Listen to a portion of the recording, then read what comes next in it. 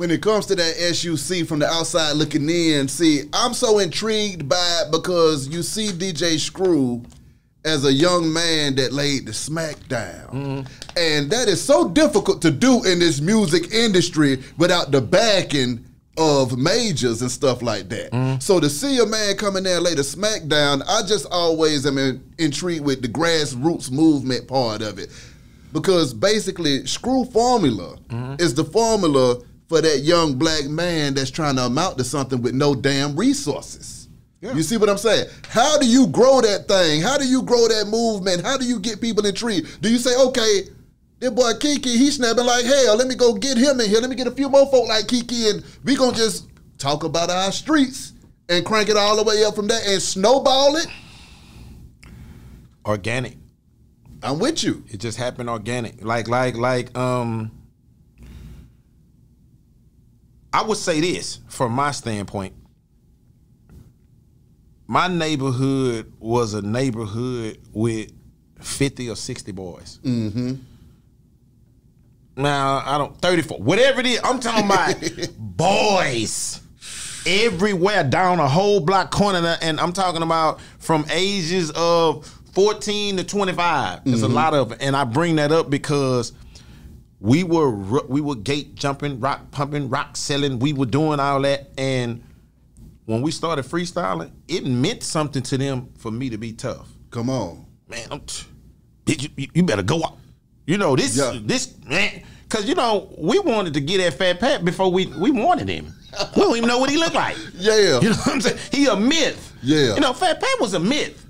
He got the Freestyle King trophy.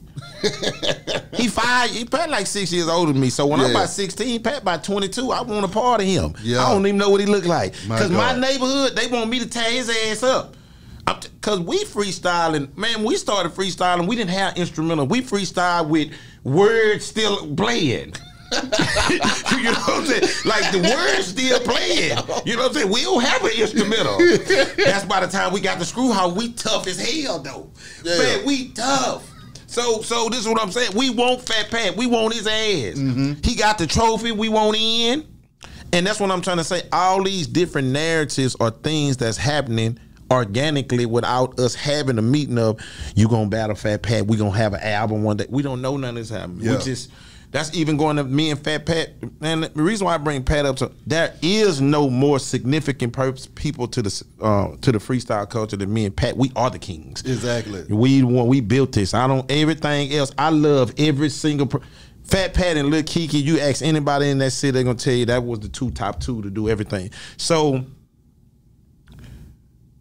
it snowballed on its own. Just it became an anticipation thing. Man, we want the Pat, we want the Key, and that started to go to the north side and go to this. Until you got to understand, man, we were starting to be people's favorite artists, and we was some Screw tapes. Man, people tell you right now, Fat Pat their favorite artist. He ain't got #1 album and a bunch of Screw tapes. They ain't heard shit, but they love him. You know what I'm saying? So I always tell people, I think the great thing about that is we didn't plan it. Yeah. We just man, we ain't playing nothing.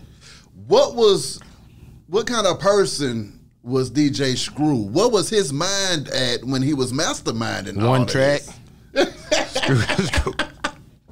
Screw one track minded, man. Table, scratch, record. Now, Screw is very entrenched into his craft. Yeah. And what I mean by that, ain't Screw went years without a car. Not that he can't afford it. He don't even drive. He don't even come outside. You know what I'm saying? Like he dickies and t-shirt. Hey, man, it's 24 hours in the day, man. Screw in that house 20 hours. Yeah. The other 4, he might getting some jagging about it. Screw, You know what I'm saying? So it was funny because it was funny, man, when Screw started making that money. And he finally came outside. This was funny. You know what I'm saying? Like he got his chain on, he got an Impala, he doing all types of shit. Because Screw is far from that. You know what I'm saying? In the house, craft. And I always tell people, man, people think that I say I'm the captain of the SUC. Like Screw has great friends, probably friends that was more his friends than me. Yeah. For real. I ain't saying me and Screw's the best friend. Screw got demos and different people that got different tapes. They loved him. I'm the biggest rapper from a music standpoint. Yeah. That had well, I wouldn't even say the most significant one because Pat passed, and I had to keep the torch really going. So Screw, man, you know, he just, you know, if Screw was alive, people always don't think. I think he would have transitioned, but when he was alive, Screw had no plans on worrying about the radio or none of that shit. You know what I'm saying? And he really didn't have. Hey man, Screw rolling. Come on, a different kind of rolling. Come on. You know what I'm saying? Like, hey man, opening that door from 7 to 9 and doing about 1,500, 2,000 of them at $10, and doing that 2, 3, 4 times a week, nigga. It'll add pretty nice, you know. And then he's conservative. Yeah. You know what I'm saying? Screw not, you know, he got late, man. When Screw first started with the tapes, it was about going to Sam's and getting Screw's a grinder. While y'all out there buying them, I'm finna go ahead and buy about 5,000 these Maxwells. Exactly. I'm finna press them. Come on. And they finna all go. You know what I'm saying? And we loved it too. And nobody, man, Screw don't owe me $1. Come on.